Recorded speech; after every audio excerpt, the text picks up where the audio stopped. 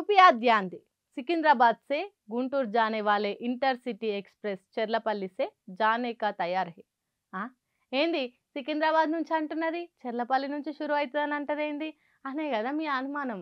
ఇక రాబోయే రోజులలో ఇసొంటి అనౌన్స్మెంట్లే ఉంటాయట.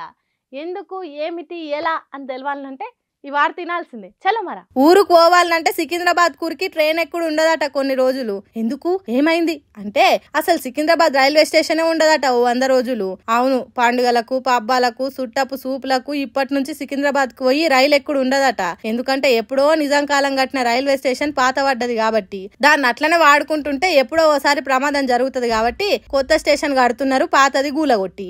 ఆగో అందుకే రైళ్లని ఏరే ఏరియాల నుంచి మొదలైతాయట. అంటే గుంటూరు, విజయవాడ, విశాఖపట్నం, వరంగల్, ఖమ్మం దిక్కు పోయేటోళ్లకు చెర్లపల్లి నుంచి రైళ్లు మొదలైతాయట. ఇటు మహారాష్ట్ర, కర్ణాటక దిక్కున్న జిల్లాలకు పోయేటోళ్లకు నాంపల్లి స్టేషన్ నుంచి, ఇంకో దిక్కు పోయేటోళ్లకు కాచిగూడ స్టేషన్ నుంచి రైళ్లు మొదలైతాయట. కాబట్టి ఇప్పటి నుంచి మీరు ఊరుకు పోవాలంటే సికింద్రాబాద్ కు వచ్చుడు కాకుండా మీ ఏరియాకు ఎక్కడి నుంచి రైలు పోతున్నాయో తెలుసుకొని ప్రయాణాలు మొదలు పెట్టుండ్రి. ఇట్లా 100 రోజులు అంటే కొత్త రైల్వే స్టేషన్ మొదలయ్యేదాకా చుట్టుపక్కల స్టేషన్ల నుంచి రైలు ఎక్కాలనట.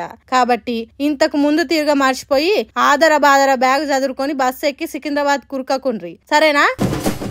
పొద్దుగాల లేచి ఫోన్ చూసుకుంటే మా దోస్తుగాల గ్రూప్లో ఏదో ఫార్వర్డ్ చేసిన మెసేజ్ ఉన్నది.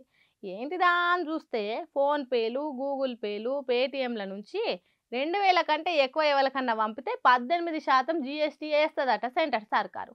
అరే కంత ఘోరమా? సాఫ్ట్ మనీ, ఈజీ మనీ అని సెల్ ఫోన్లతోని పైసలు పంపుకోవాలి అని చెప్పిండ్రు.